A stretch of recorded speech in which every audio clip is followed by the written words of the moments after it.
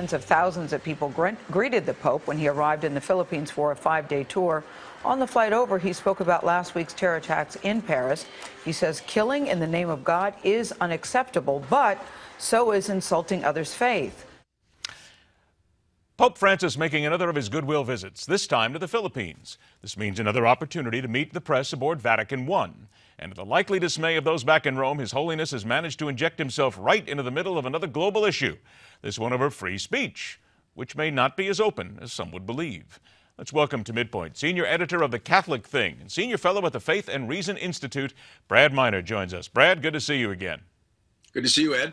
Brad, here we go. The Pope comes out and says you cannot make fun of the faith of others, and it probably went like a lightning shot back to the Vatican, and they have to then go ahead and spit out their own press release. It says this does not justify the attack on the satirical French magazine Charlie Hebdo. All right, let's take it from the Pope's sense here. You cannot make fun of the faith of others. I'm going to play devil's advocate with you here. There are those who say, wait a minute. Joke's a joke. Freedom of speech, freedom of press. It's not up to the Pope or anybody else to decide what you can or cannot make fun of, to which you would answer. I would answer that I agree with you. I think that the Pope was making a point in his very sort of earthy way about civility.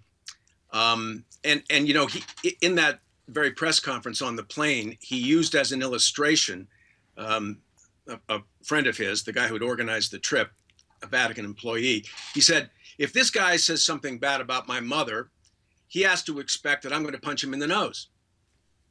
I think he's trying to get, in his own peculiar way, to the point that civility is better than incivility, that treating people with respect is better than trashing them. However, his response was clearly not well planned, because I don't think that the Pope really would suppress Charlie Hebdo. There are plenty of cartoons, by the way, in the new issue of Charlie Hebdo about him, too, particularly.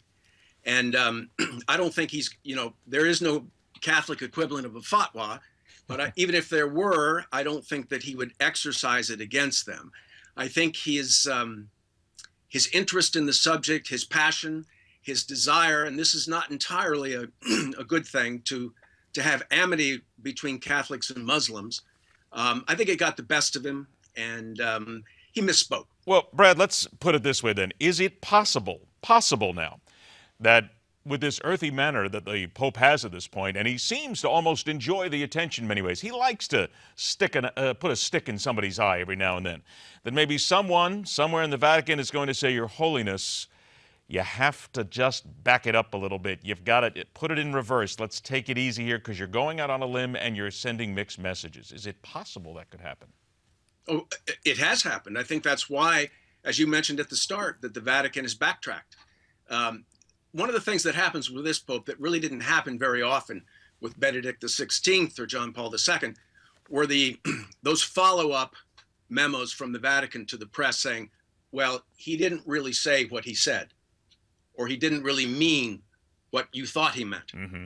And that's unfortunate, but again, it's the character of this man. He believes in spontaneity. He believes because he's the Pope, that he ought to be able to say what's on his mind, and he's trusting that the Spirit will guide him to say the right thing. Okay, well, let me stop you there. I got about a minute left here, but with the thought that the Spirit will guide him to say the right thing, Brad, do you think that this Pope is just the kind of guy where he says, I hear you, Vatican.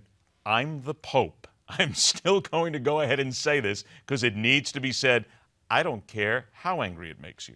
Well, there may be some truth in that, but I do think that he wants to say the right thing. He wants to speak correctly. But I don't think it's a matter so much of being Pope as it is of being Jorge Bergoglio. It's the way he is. He's a 77-year-old man at this point. He's not going to change. He is who he is. He's going to continue to make these off-the-cuff statements, and they'll have to backtrack.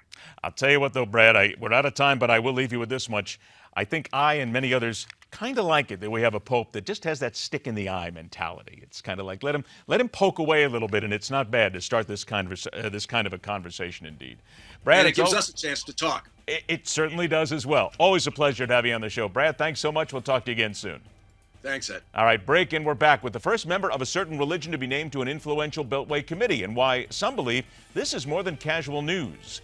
At 51 minutes after the hour, we reveal the illness spreading across America for which there is absolutely no cure. It's coming up on Midpoint.